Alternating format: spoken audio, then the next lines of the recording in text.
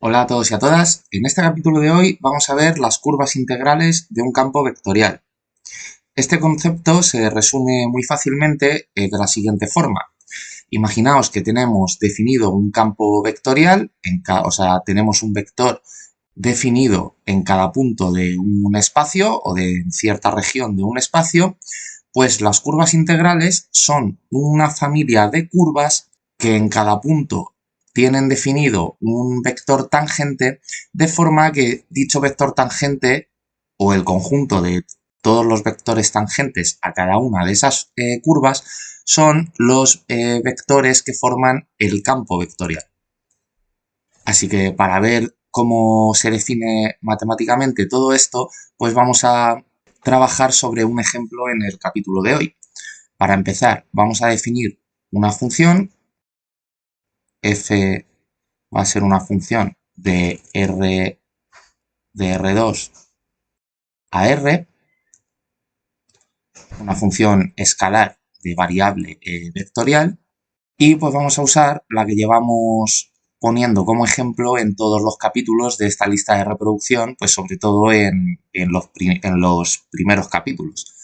Esto era una función que graficaba, o sea, una función de x y de y, que graficaba un paraboloide, o que su grafo era un paraboloide. Entonces esta función era menos x al cuadrado menos y al cuadrado más una constante que pues vamos a poner un 4, por ejemplo.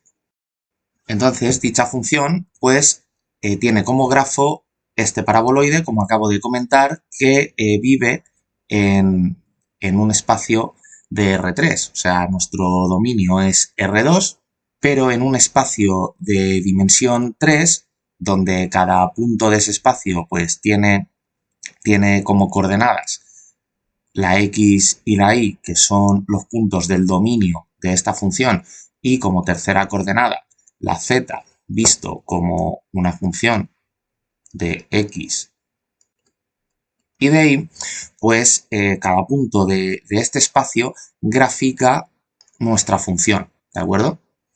Bueno, pues lo siguiente que vamos a ver van a ser las curvas de nivel de este paraboloide. Ya vimos hace un montón de capítulos en esta lista de reproducción que cuando nosotros damos valores a lo que sería la coordenada z, que la coordenada z pues sabéis que es como se define la función. O sea, para que nosotros podamos dibujar este paraboloide, pues tenemos un tercer eje que definimos como el eje z, que añadirá la tercera coordenada a todos los puntos de este espacio de R3. Entonces el valor de esta coordenada z pues viene dado por esta función. De forma que cuando nosotros hacemos constante ese valor para la z, pues por ejemplo decimos que f de xy o que toda esta función pues es igual a un valor constante, pues entonces lo que obtenemos es la ecuación de una circunferencia. Tendríamos, voy a poner un ejemplo rápido, pues si decimos que z, que es esta función, lo definimos como, pues por ejemplo, 0, pues entonces lo que tendríamos es menos x al cuadrado menos y al cuadrado más 4 igual a 0. Llevándonos la x y la y al otro lado del igual, pues tenemos x al cuadrado más y al cuadrado igual a 4, que es 2 al cuadrado. Y esto es una circunferencia de radio 2, ¿vale? Así que dar valores constantes en esta función, en concreto a la z, pues nos va a dibujar una serie de circunferencias con cierto radio, según el valor constante que le demos. Por lo tanto, tendremos pues desde el valor z igual a 4, que será justo el puntito de aquí arriba, sería una circunferencia dada por la ecuación x al cuadrado y al cuadrado más y al cuadrado igual a 0, entonces eso pues implica que x e y tiene que ser 0. Y eso estamos haciendo referencia a ese punto. Pues salvo el valor 4, cuando le demos valores más pequeños, pues iremos obteniendo pues todas las circunferencias que vamos a ir o vienen definidas de interseccionar un plano a una cierta altura en el eje Z con nuestro paraboloide. O sea, todas estas podríamos dibujar infinitas, pues todas estas de aquí. Entonces, cuando dibujemos unas cuantas de ellas en un plano, pues vamos a tener el siguiente dibujo. Nos quedará de esta manera. Entonces, vamos a definir matemáticamente estos conjuntos de nivel que vienen expresados de la siguiente forma. O sea, siempre pues a los conjuntos de nivel suele llamárseles I sub C. Lo que pasa que, pues como yo aquí los he nombrado con la letra Z, pues dejadme que les llame Z sub C, que también no quiere decir otra cosa que el subíndice que acompaña a la Z es la altura en este eje, en el eje Z, a la cual estamos cortando al paraboloide con un plano paralelo a lo que sería pues el plano XY a la altura dada por el índice de la letra Z. Entonces, como las curvas de nivel son un conjunto, pues abrimos llaves y esto será todos los X pertenecientes a R2, porque las curvas de nivel existen en el dominio de la función, ¿vale? O sea, todo esto viene pues porque las funciones escalares, luego generalmente en física, van a representar una propiedad que tiene cada punto del espacio. Entonces van a ser funciones que van a comer puntos de nuestro espacio que es tridimensional. Lo que pasa es que, bueno, que yo aquí pues lo he reducido a 2 dimensiones pues para que los ejemplos sean un poquito más fáciles. Más que nada es para escribir menos, porque luego poner una coordenada más pues es añadirla en todas las ecuaciones y ya está. Pero estas funciones, o la función f en concreto aquí, pues será una propiedad que tiene cada punto del espacio tridimensional que cuando nosotros evaluemos en la función cada punto, pues nos devolverá un valor. Entonces, ese valor pues, puede ser, por ejemplo, la temperatura, la energía potencial, cualquier magnitud escalar, porque estamos hablando de funciones escalares. Entonces, a nosotros lo que nos interesa es con esa información que obtenemos del grafo de la función que vive en una dimensión más de la de nuestro espacio, que sería, nuestro espacio sería el dominio de la función, pues irnos al dominio, o sea, a lo que sería nuestro espacio tridimensional y crear pues una serie de dibujos, en este caso pues esta circunferencia, porque es de dimensión 2 en vez de 3, donde nos están marcando pues ciertas zonas en las que, pues si por ejemplo esta función fuera la temperatura, pues cada una de estas curvas significa que son zonas del espacio que tienen temperatura constante. Entonces por eso las curvas de nivel se definen en el espacio de dominio, ¿vale? Bueno, pues son los puntos, en este caso de R2, que van a formar lo que se llama el conjunto de nivel, tales que Z definido como una función de X, o sea, de estos X que pertenecen a R2, es igual a C. Y cerramos llaves. De forma que, pues bueno, ya lo he puesto antes, estas curvas de nivel, en este ejemplo concreto del paraboloide, pues van a dibujar circunferencias, porque cuando demos a la función un valor constante C, pues nos llevamos la x al cuadrado y la y al cuadrado sumando al otro lado, nos traemos el valor C restándole a este 4 y vamos a tener que x al cuadrado más y al cuadrado es igual a 4 menos c, y si ponemos el 4 menos c como una raíz y para que quede igual lo elevamos al cuadrado, pues estamos hablando de circunferencias con radio raíz de 4 menos c. Bueno, pues lo siguiente que vamos a hacer es definir el campo vectorial que da nombre al título, o sea, a partir del cual vamos a calcular sus curvas integrales. Así que dicho campo vectorial va a venir dado por el gradiente de la función f. O sea,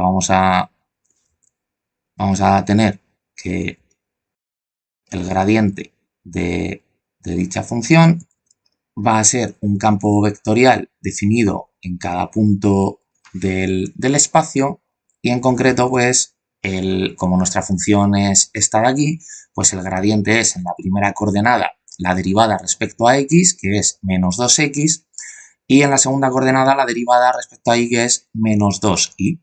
Entonces sacamos el menos y el 2 como factor común y nos va a quedar que dicho campo es menos 2x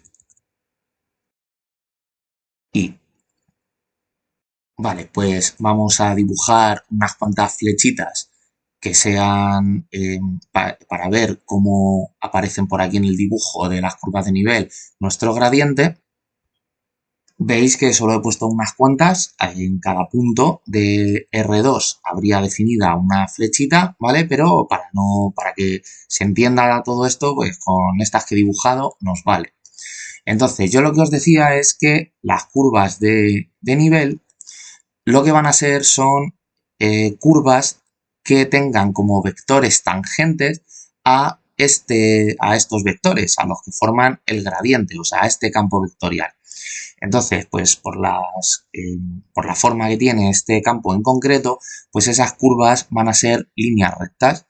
En concreto, pues por ejemplo, para estas flechas de aquí, pues será una línea recta, pues más o menos por aquí.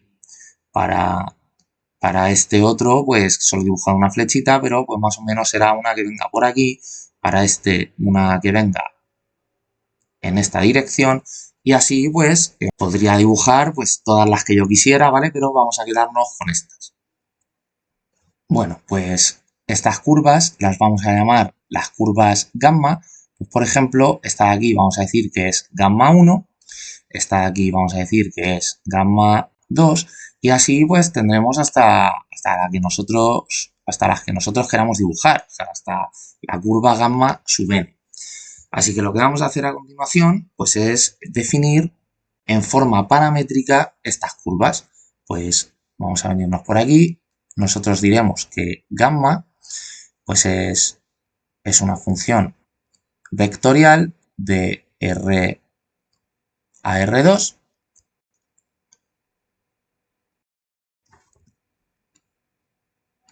de tal forma que pues tendrá coordenadas x e y en función de un parámetro, pues vamos a llamarle, pues, por ejemplo, el parámetro t. Así que abrimos llaves y gamma tendrá una coordenada x definido como una función de t y una coordenada y que tiene que ser por ser una curva, la y tiene que venir dada como función de x, pues vamos a decir que viene dado por una función g de x, pero que, pues como x viene en función de t, pues lo que tendremos es que todo esto lo que nos dará es una coordenada y en función de t, ¿vale? Pero bueno, lo dejo así. Esto, si habéis visto el capítulo de parametrización de funciones, pues sabréis de qué estoy hablando. Vale, pues ya tenemos todos los ingredientes para ver cómo definimos estas curvas. Entonces, para ello vamos a pararnos a pensar un poco en lo que hemos hablado al principio del concepto de curva integral de un campo vectorial. O sea, nosotros lo que vamos a decir es que estas flechitas amarillas, que son el campo formado por el gradiente, por el vector gradiente a la función f, definido como una función vectorial en cada punto del espacio, van a ser los vectores tangentes a las curvas gamma. Entonces, eso quiere decir que si nosotros definimos la derivada de gamma respecto al parámetro del que depende, pues en este caso es t, si ponemos esto, estaremos haciendo referencia a los vectores tangentes a la curva en cuestión a la que hagamos referencia, ¿vale? Porque aquí, pues, esto es muy importante. Estamos hablando de una familia de curvas, entonces cuando hablamos de forma general hacemos referencia a una de esas curvas. La familia o todas las curvas ahora cuando avancemos un poco en el desarrollo matemático, pues vais a ver cómo se obtiene. Pero si yo lo que estoy diciendo es que entonces la derivada de respecto al parámetro de la curva en cada punto pues nos da un vector tangente en ese punto, como ese vector tangente es el gradiente, pues significa que esto tiene que ser igual al gradiente de la función f, pero ¿dónde? Pues como estamos haciendo referencia a una de las curvas, pues la función tendrá que ir compuesta con la curva.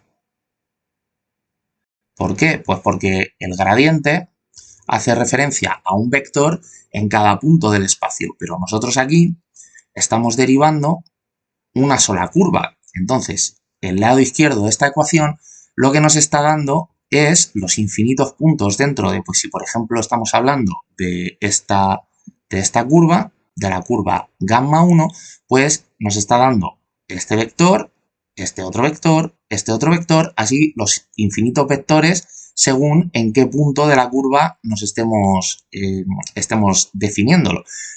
¿Cómo hacemos eso? Pues yéndonos al parámetro t y diciendo que t es igual a un valor. Entonces, según el valor que le demos a t, eso nos colocará en cada punto de esta curva, de forma que obtendremos un único vector. Entonces, aquí en el lado derecho de la ecuación, como lo que estamos hablando con el gradiente de la función son tanto los vectores tangentes a la curva gamma 1 como los de la curva gamma 2, como los de todas las curvas, ¿vale? Tenemos que componer f con la curva, de forma que así le estamos dando de comer a la función solo los puntos de esta curva de aquí. Entonces, cuando nosotros hagamos el gradiente de la función evaluada solo en los puntos que forman la curva gamma 1, pues obtendremos las flechas tangentes a esta curva, o sea, las flechas, mejor dicho, los vectores gradiente definidos en todos los puntos que forman la curva gamma 1, y ya es cuestión de darle un valor aquí a t compuesto con la función f para seleccionar uno de ellos en concreto.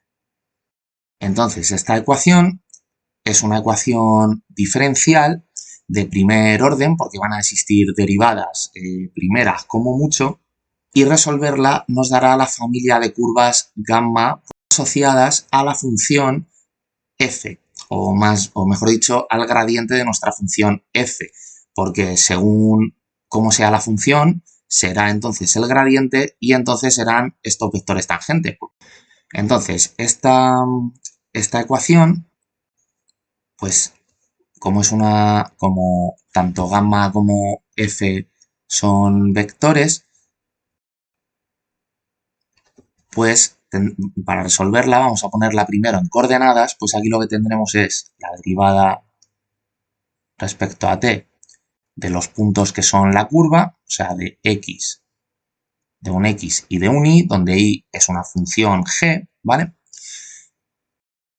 Y aquí tenemos en otro vector pues el gradiente, pero bueno, dejadme que ya pues, pongo directamente la derivada respecto de t de la curva gamma como x punto y punto, y esto pues tiene que ser igual al vector gradiente, o sea, parcial f respecto de x, parcial f respecto de y.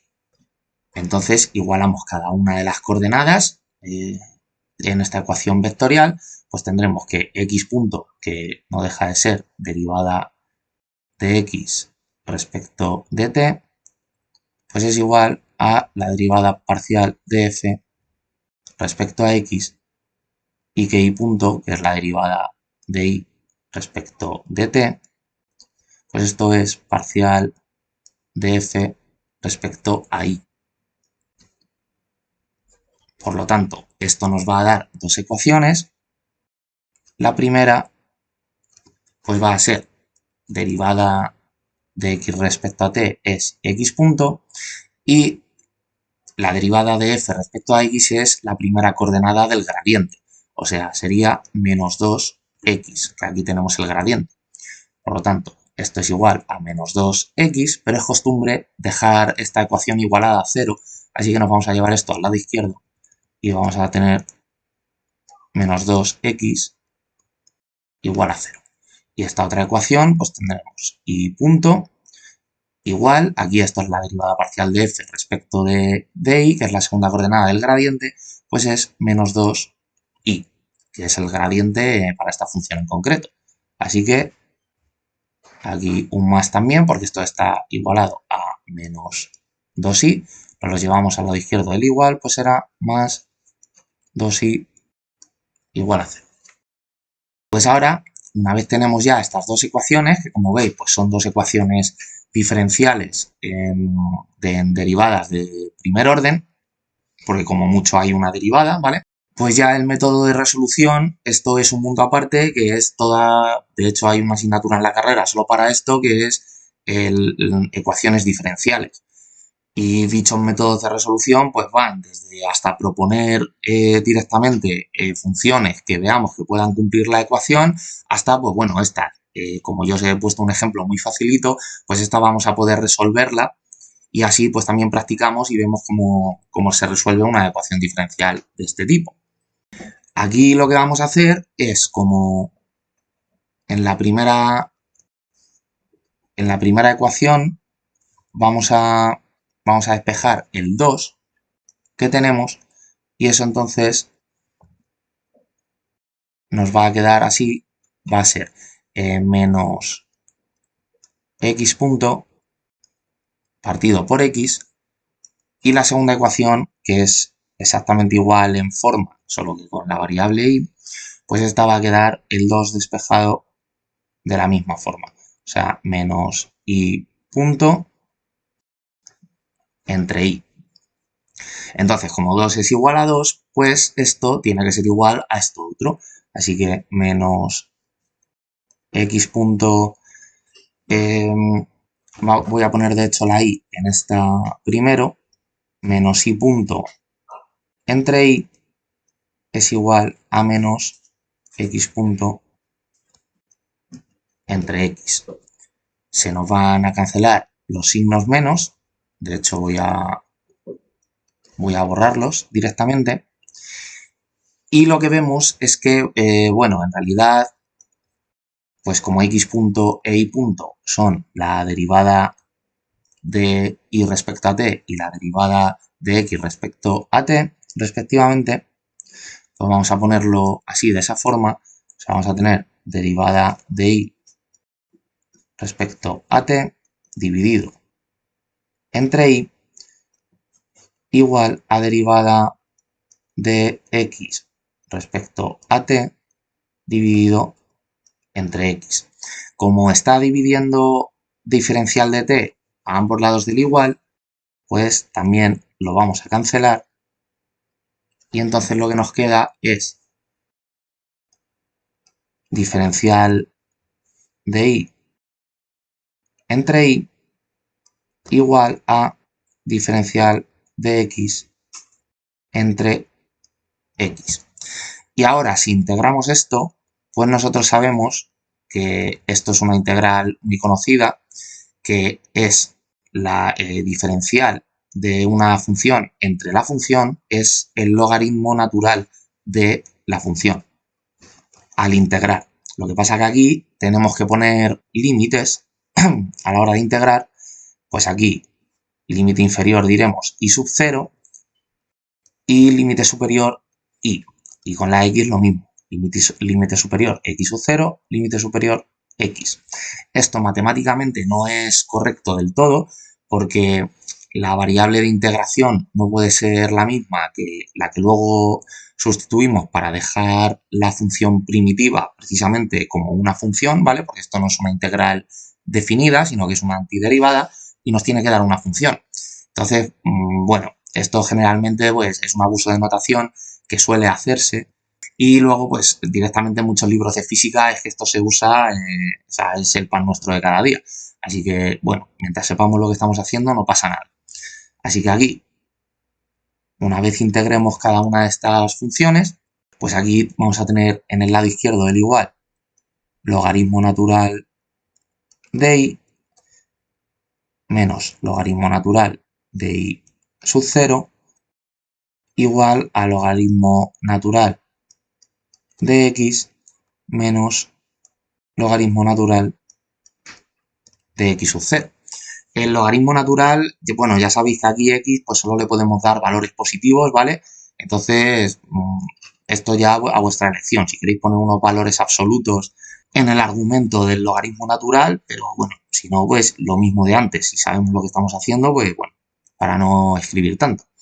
Entonces, esta ecuación nos queda de la siguiente forma, que es como logaritmo de una, o sea, resta de logaritmos es el logaritmo de un cociente, pues esto es logaritmo natural de y entre y sub 0 igual a logaritmo natural de x entre x sub 0. Podemos deshacer la función logaritmo a ambos lados del igual y entonces nos queda que y entre y sub 0 es igual a x entre x sub 0. Despejamos y como función de x para obtener una ecuación explícita y entonces vamos a tener y definido como función de x será igual a y sub 0 entre x sub 0 por x, que veis que es la ecuación de una recta con pendiente y sub 0 entre x sub 0 y que aparte el punto de corte con el eje y pues es el 0 porque aquí pues no aparece la n en la ecuación de la recta que es mx más n, ¿vale? Entonces, ¿qué significan estas y sub 0 y estas x sub 0? Bueno, pues son constantes que nos van a determinar cada una de las curvas que forman la familia de curvas integrales a este campo vectorial que es el gradiente de la función. Según el valor que le demos a estas dos constantes, pues nos dará una pendiente. Por lo tanto, pues esa pendiente pues, será la asociada a una curva en concreto. Si modificamos estos dos valores, pues nos dará otra. Así que y sub 0 y x sub 0 pues son una especie de parámetros que al fijarlos pues nos determinarán cada una de las infinitas curvas de esta familia. Muy bien, he dejado aquí lo más importante porque ya en principio pues habríamos acabado. O sea, esto no tiene mucha mayor dificultad más allá de lo difícil que pueda quedar la ecuación diferencial que tenemos que resolver. Así que pues voy a aprovechar un par de minutitos antes de acabar el capítulo en resolver esta ecuación diferencial por otro método. Uno que ya os he hablado de él al principio del vídeo, que es que muchas veces lo que se hace es directamente proponer una función que cumple esta ecuación diferencial. ¿Por qué sabemos que por qué es lícito hacer esto? Pues bueno, porque puede quedar en determinadas ocasiones una ecuación diferencial tan fácil que pues nosotros ya directamente sepamos una función que cumple la ecuación. Esta es un ejemplo.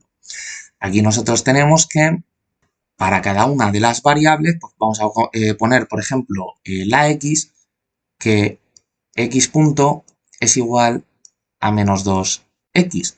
O sea que derivar la función x respecto a t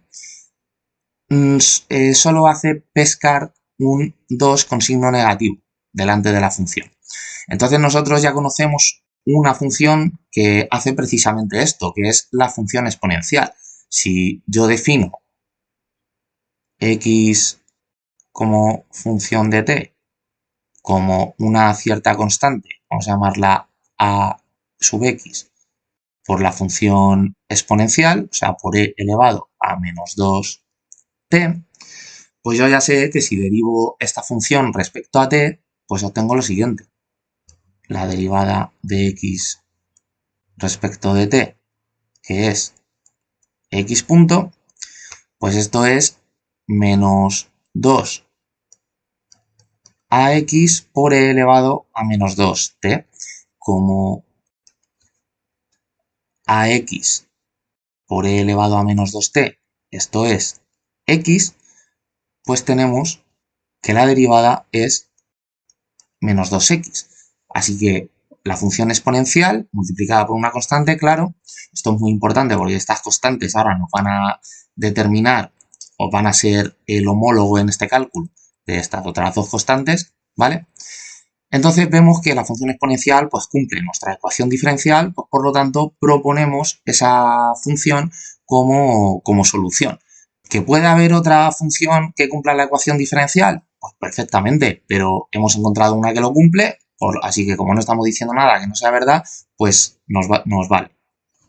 Entonces lo único que nos queda es definir también la y como una función de t, que como precisamente su ecuación diferencial pues tiene la misma forma que la de la x, pues lo que diremos es que la y como función de t pues es una constante a sub i por e elevado a menos 2t, exactamente igual que la primera. Entonces, lo que vamos a hacer aquí pues es intentar despejar t en la primera ecuación, entonces nos quedará t como función de x y luego sustituiremos en la segunda ecuación la t por esa función de x, de forma que obtengamos una función explícita de y como función que depende de x. Así que nos vamos a venir aquí, pues aquí tendremos que x dividido entre ax, esto es igual a e elevado a menos 2t, por lo tanto aplicar el logaritmo natural a ambos lados del igual, pues nos va a quedar logaritmo natural de x entre ax igual a, por las propiedades de los logaritmos, bajamos este menos 2t, y logaritmo natural de e, que esto es 1, así que lo borramos, entonces despejamos t, y ya solo nos queda que esto es menos un medio del logaritmo de x entre ax. Muy bien, pues ahora vamos en la segunda ecuación y sustituimos esta t. Así que y es igual a una constante a sub i por e elevado a menos 2 por t, donde t es esto, es menos un medio del logaritmo natural de x entre ax. Cerramos corchete, entonces aquí se nos va este menos con este 2 con este 2, y nos queda, voy a venirme por aquí abajo, nos queda que y es igual a e elevado al logaritmo natural de x, perdón, se me he dejado la constante, a sub i por e elevado al logaritmo natural de x entre ax. Como la exponencial y el logaritmo natural son funciones inversas, pues componer una con otra nos da el argumento. O sea que aquí nos queda x entre ax. Por lo tanto, si agrupamos estas dos constantes en un mismo cociente, pues ya tenemos una ecuación para y en función de x, que es exactamente la misma que habíamos obtenido arriba. Lo que pasa es que, bueno, nos queda hacer un paso. Vamos a tener a sub i entre a sub x por x. Muy bien, entonces ahora lo único que nos queda es determinar estas constantes. Pues nos venimos a estas dos ecuaciones y ahora, pues bueno, esto lo que se hace es generalmente tomar los valores que van a hacer que se simplifique la ecuación, pues en este caso el 0, pero aquí, pues para determinar a x y a sub i, simplemente lo que tenemos es que seleccionar un valor para el parámetro el que nosotros queramos. O sea, por ejemplo, vamos a darle a t el valor 0. Entonces, sustituimos donde haya una t por un 0. Y aquí 0 y aquí un 0 también. Entonces, esto lo que os decía es que tenemos total libertad pues, para escoger que cuando nosotros estamos en un valor del parámetro, ese valor fija un punto en concreto. Nosotros podríamos decir que x en 0, pues esto es perfectamente un 2, y que y en 0, pues esto es un menos 5. Entonces resultaría que, como aquí va a quedar e elevado a 0, que es 1, y aquí también nos va a quedar 2 igual a x y menos 5 igual a ai, por lo tanto, aquí en esta ecuación nos quedaría que i es menos 5 medios de x y habríamos seleccionado una curva en concreto. Pero como nosotros lo que queremos es una familia de curvas, en vez de hacer esto de forma particular, pues vamos a hacerlo de forma general. Vamos a decir que x evaluado en t igual a 0, pues esto es directamente un x sub 0. Entonces x sub 0, como e elevado a menos 2 por 0 es elevado a 0, que es 1, pues esto es ax. E i sub 0, lo mismo. I sub 0, vamos a decir que es i0. Entonces, por el mismo argumento, esto es igual a sub i. Y ya tenemos, sustituyendo en esta ecuación de aquí arriba, pues que ai es i sub 0 y ax es x sub 0, y recuperamos el cálculo que nos había salido antes. O sea, tenemos dos parámetros a elegir, de forma que fijarlos nos dará una curva en concreto. Y nada, pues ya hasta aquí llega este capítulo. Que veáis que pues esto es algo bastante interesante, que no tiene más. Repito, será más complicado encontrar, resolver esta ecuación diferencial, pues cuanto más complicado quede la ecuación resultante de hacer el gradiente a nuestra función escalar, y ya está, poco más. Lo importante es tener en cuenta esta ecuación, que es la que nos va a dar estas curvas, que de alguna manera pues me viene ahora a la cabeza que imaginaos que, por ejemplo, este gradiente fuera un campo eléctrico, pues las curvas gamma serían las líneas de campo eléctrico, para que situéis un ejemplo pues así a bote pronto en la cabeza. Entonces nada, ya no tengo nada más que comentar en este capítulo, espero que lo hayáis entendido y nos vemos en el siguiente.